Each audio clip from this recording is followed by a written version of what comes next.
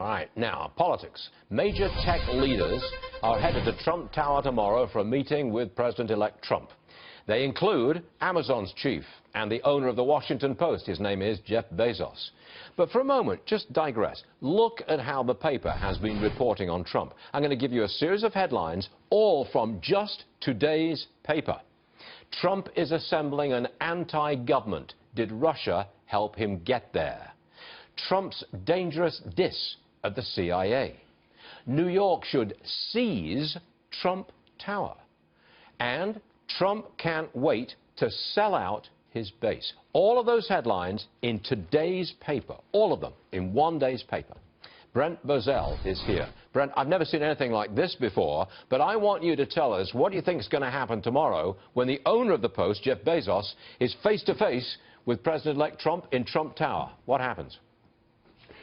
You know, don't we remember what was reported, a couple of weeks ago when network heads went to meet with him and what he had to say to Jeff Zucker and CNN? I'd love to be a fly on the wall on this one, to hear what he's going to have to say to this fellow now. You know, this is a man who called him a threat to democracy.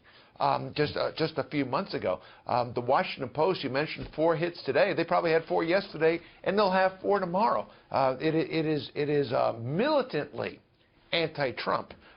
Trump doesn't back down from anyone. So they're supposed to be talking tech issues. They're supposed to be talking jobs. I'll put money on the fact that he's going to give him the back of his hand as well. Do you approve of that? This is the President-elect of the United States of America going after possibly one individual company. He's done it before. He may well be doing it tomorrow. You approve? Well, look, you remember how Barack Obama spent 8 years going after Fox News, even though Fox News on a regular basis reached out to Barack Obama and his team for story after story that they did on him. But you've got the Washington Post and the head of the Washington Post attacking Donald Trump as a threat to democracy, which is something no one at Fox ever did. So if it was okay for Obama to go up to Fox, it is certainly okay for Trump. And if I were Trump, I would do the exact same thing. I'd put my finger in his face and I would say, back off on those attacks. Stop calling yourself a legitimate newspaper. If all you're going to do is run editorials against me, if you want to fight, you're going to have a fight. Quickly, the New York Times is hiring Politico's Glenn Thrush.